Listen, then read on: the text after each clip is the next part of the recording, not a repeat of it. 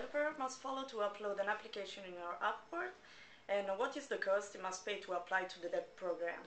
Okay, so I'll answer that in reverse order because it's probably easier. So the developer program today is free of charge. Okay, so you go to blackberry.com/developers today, sign up, and it's really just information, your name, company, that kind of stuff, and off you go. And you only have to do that once. BlackBerry App World, in contrast, is a commercial agreement with RIM.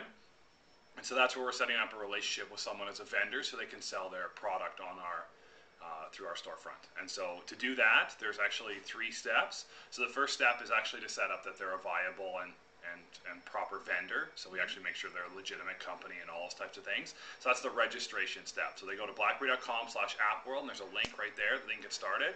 And so the first step is to register as a vendor. That usually happens very quickly, within 24 to 48 hours, depending on how much documentation we need. Okay.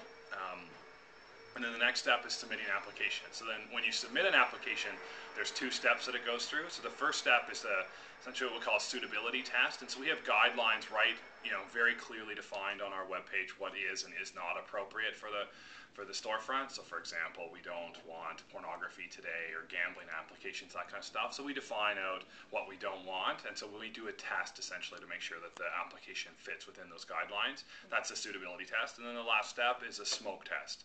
And so smoke test is where we actually have it tested on the device to make sure that it functions and behaves like a user would expect it to, and it doesn't degrade the performance of what the user would expect. And that whole process today, from submitting the app from kind of start to finish, typically takes between 2 and 3 weeks. Oh, perfect. So compared to the Apple Store, do you have a similar validation queue and problems? Yeah, correct. So. Okay. Now we're a little bit different from Apple in the sense that we try to be really open around what criteria it is for a suitable application and what's not. And then the other side, we try to be really open around how long it's taking to get through the queue, so that people we've got support email address they can ask for updates on where they stand and where they're going to be in and that kind of stuff. Okay, perfect.